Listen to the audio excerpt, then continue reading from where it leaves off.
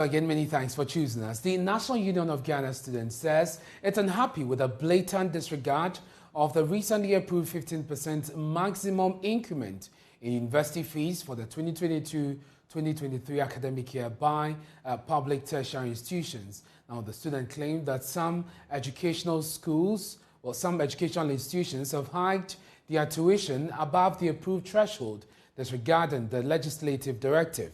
Now, they claim that some universities have raised tuition by as much as 100%.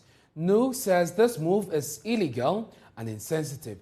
Addressing the news conference, President of NUGS, Dennis Apia Labi Amfo, called on all well-meaning Ghanaians to press on school authorities to reverse what they describe as the illegality.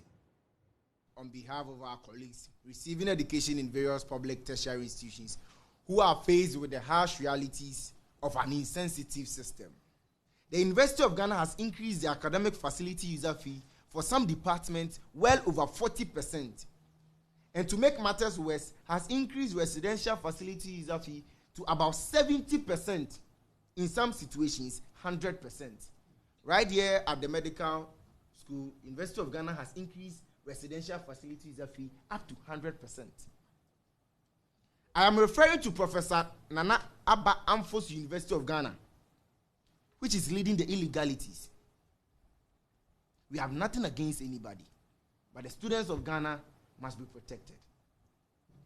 Dear Professor Mrs. Rita Akosua-Dixon, our attention has been brought to the how to believe fees increment of over 90% in AFUF and 100% in RFEUF in your institution. This is not only hard to believe, but very worrying to be coming from the university like Kwame Nkrumah University of Science and Technology. This is directly to Professor Rita Dixon. Madam Professor, you have no right to charge students in excess of the 15%. This we must say, and we must say truth to power. UCC is also deeply involved with some increments crossing 25%.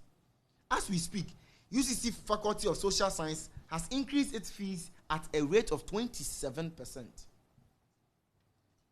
UMAT is also doing same with increment as high as 40%. 5.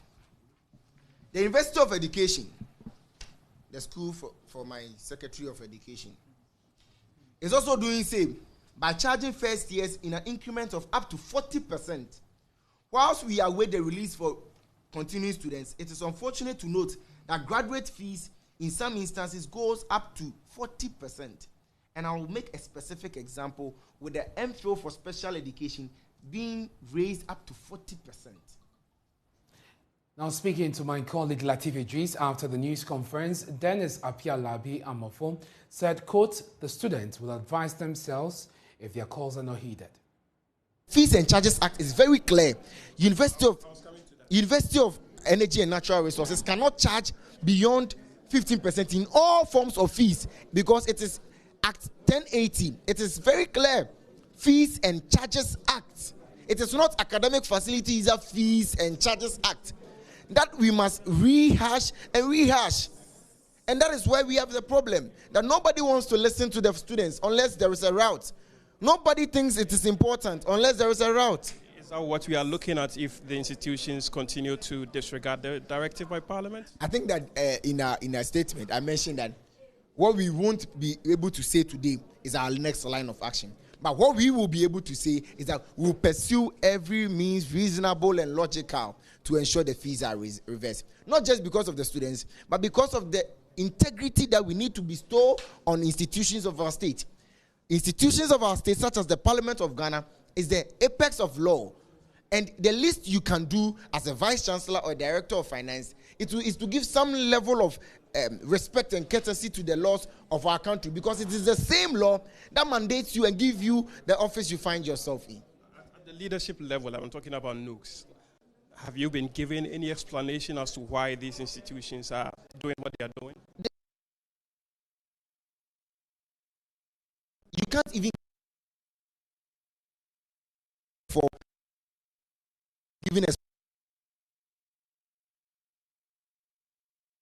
Apologies there for the break in that visual there, but